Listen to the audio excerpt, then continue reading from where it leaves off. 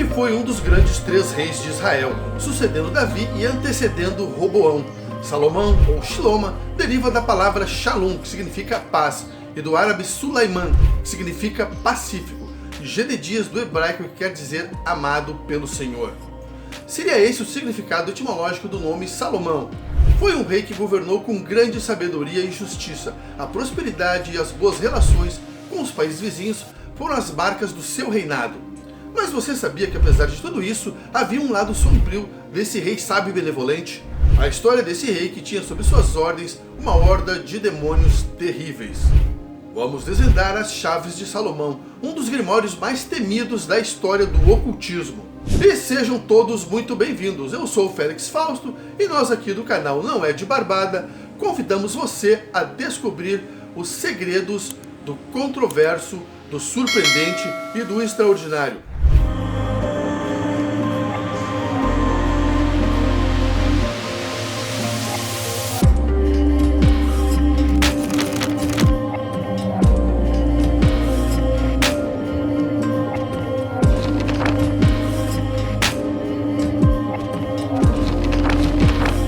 Diferente de seu pai, o rei Davi, Salomão não se tornou um líder guerreiro, pois isso não foi necessário, eram tempos de paz.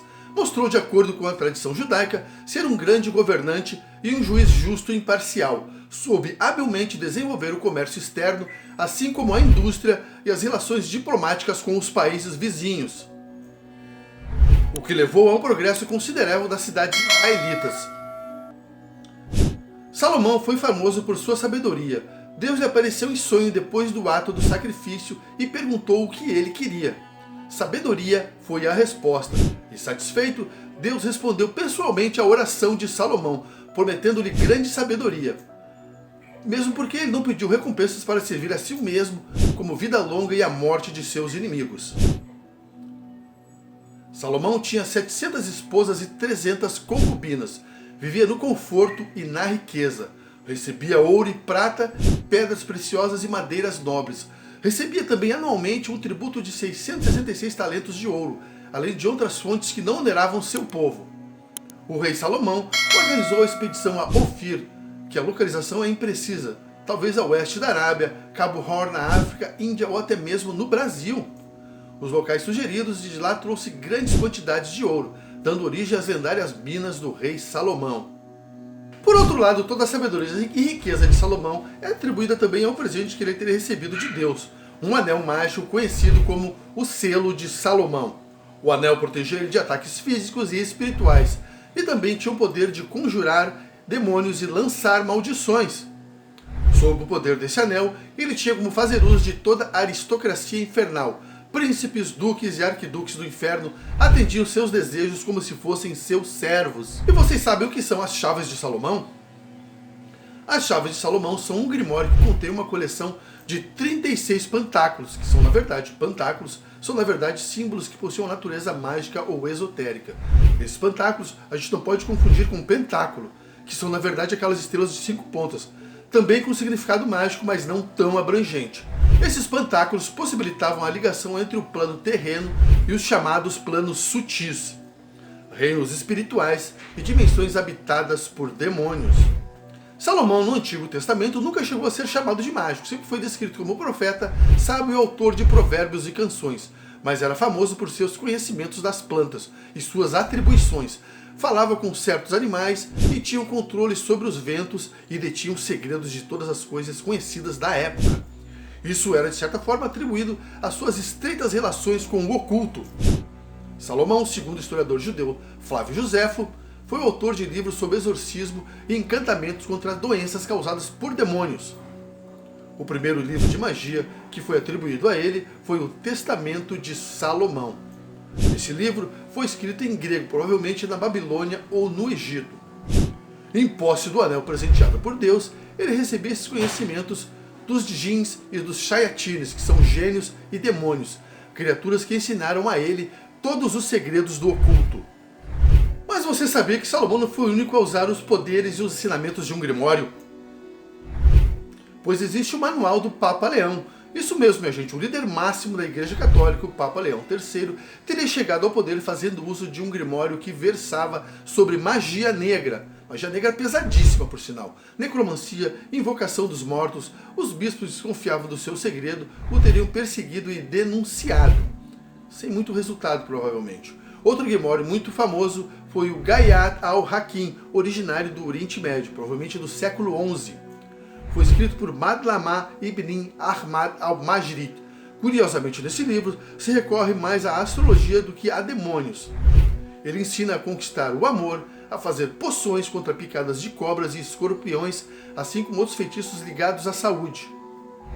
Temos também um livro de Abramelin, do século XV, do autor Abraão de Wisborg. O autor relata o encontro com Abramelin, um mago que vivia no Egito e teria o ensinado a conjurar os mortos e aprisionar os demônios. Isso depois de uma longa preparação que incluía uma mínima alimentação, ficar sem sexo e reduzir o sono a 3 horas por dia. 3 horas por dia. Ok, e agora provavelmente você vai me perguntar, e o Necronômico? O Necronômico, ele é real ou foi apenas fruto da mente genial e enlouquecida do grande Howard Philip Lovecraft? Espero não ter enrolado vocês demais com toda essa ladainha aí. Vamos falar sobre a chave menor de Salomão, ou em latim, Lemegeton Clavicula Salomonis. Desse grimório existe uma compilação datada do século XVII, contendo uma descrição detalhada dos principados maiores e menores, potestades e as hostes da maldade, e até mesmo anjos são mencionados. O Lemegeton Clavicula Salomonis é dividido em 5 partes que são Ars Goetia, Ars Teugia Goetia, Ars Paulina, Ars Almadel e Ars Nova. Existe uma tradução mais recente chamada Lesser Key of the Solomon the King, escrita por MacGregor Mathers, e com a introdução daquele foi considerado o homem mais perverso do mundo. Sim, estamos falando de Aleister Crowley, mas isso é assunto para um próximo vídeo aqui no canal. A chave menor de Salomão contém descrições detalhadas dos espíritos e as condições necessárias para evocá-los e obrigá-los a cumprir a vontade do evocador.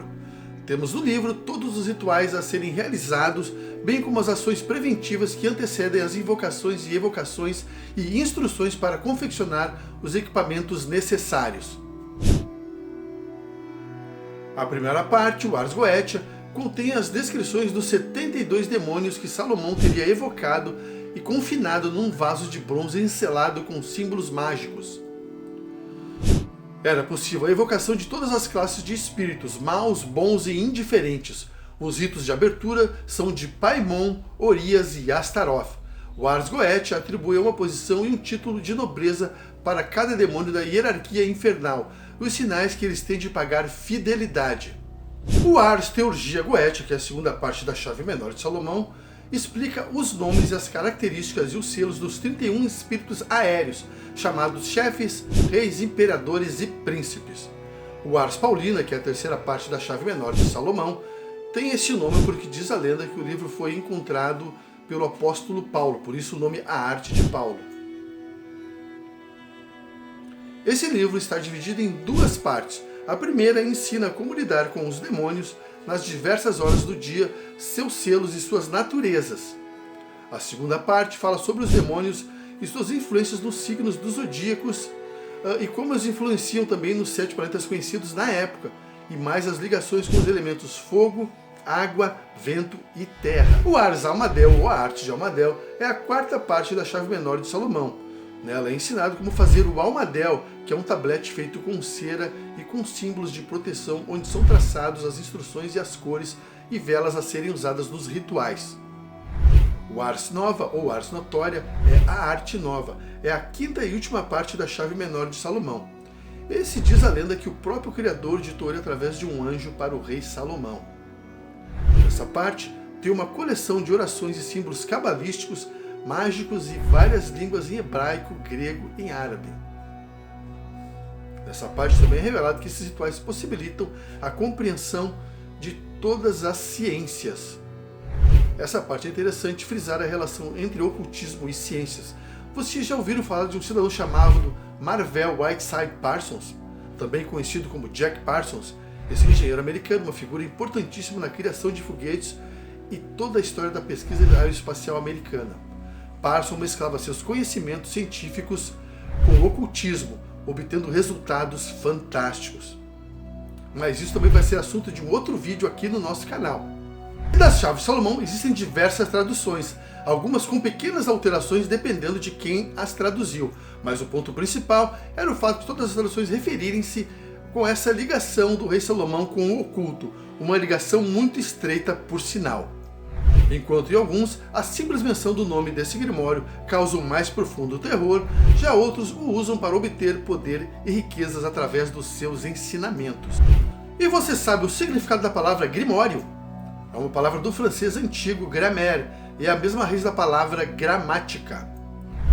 E considerando a velha crença popular de que a palavra tem poder, é normal que muitos grimórios trabalhem a questão do poder da palavra. Isso a gente já ouviu ali no catolicismo e nos cultos evangélicos. A magia estar conectada com a gramática é algo bem plausível. E quem é mesmo de brincadeira já não usou a palavra abracadabra? Pois essa palavra é um bom exemplo disso. Essa palavra apareceu pela primeira vez no século II e ela foi usada pelo médico grego Quintus Serenus Samônicos. Ele a escreveu em um dos seus livros sobre remédios e curas. Outros dizem que era um vocábulo secreto de uma seita na Alexandria, cujo deus supremo era Abrasax. Ou que também podia ser um mix das palavras celtas Abra, Deus, e Cade, santos, mas a origem correta ainda é motivo de discussão. Mas voltando à chave menor de Salomão, apesar de muitos acreditarem nas suas funções e atributos místicos, há quem não acredite que ela tenha sido escrita pelo próprio Salomão. Há quem diga que o Grimório se trata de uma pseudografia, ou seja, uma obra atribuída falsamente a um autor. Outros dizem que, na verdade, ela é uma compilação de obras da cabala judaica, místicos muçulmanos e cristãos do século XVI e XVII, e tardiamente também foram incorporados textos de outros grimórios medievais. A verdade é que, falso ou verdadeiro, esse grimório tem grande influência no mundo do ocultismo, tanto quanto outros como The Black Pullet, também chamado La Pole Noire em francês. Pode traduzir ambos os nomes para a franga preta. Grimório que propõe ensinar a ciência dos talismãs e anéis mágicos. E o Grimório do Papa Honório, como vimos anteriormente, esse não foi o primeiro Papa a fazer uso de magia. A diferença é que esse Grimório foi escrito especialmente para um padre. Temos ainda o livro de São Cipriano, outra obra muito famosa, mas ainda assim, sem dúvida, o mais famoso de todos é as Chaves de Salomão.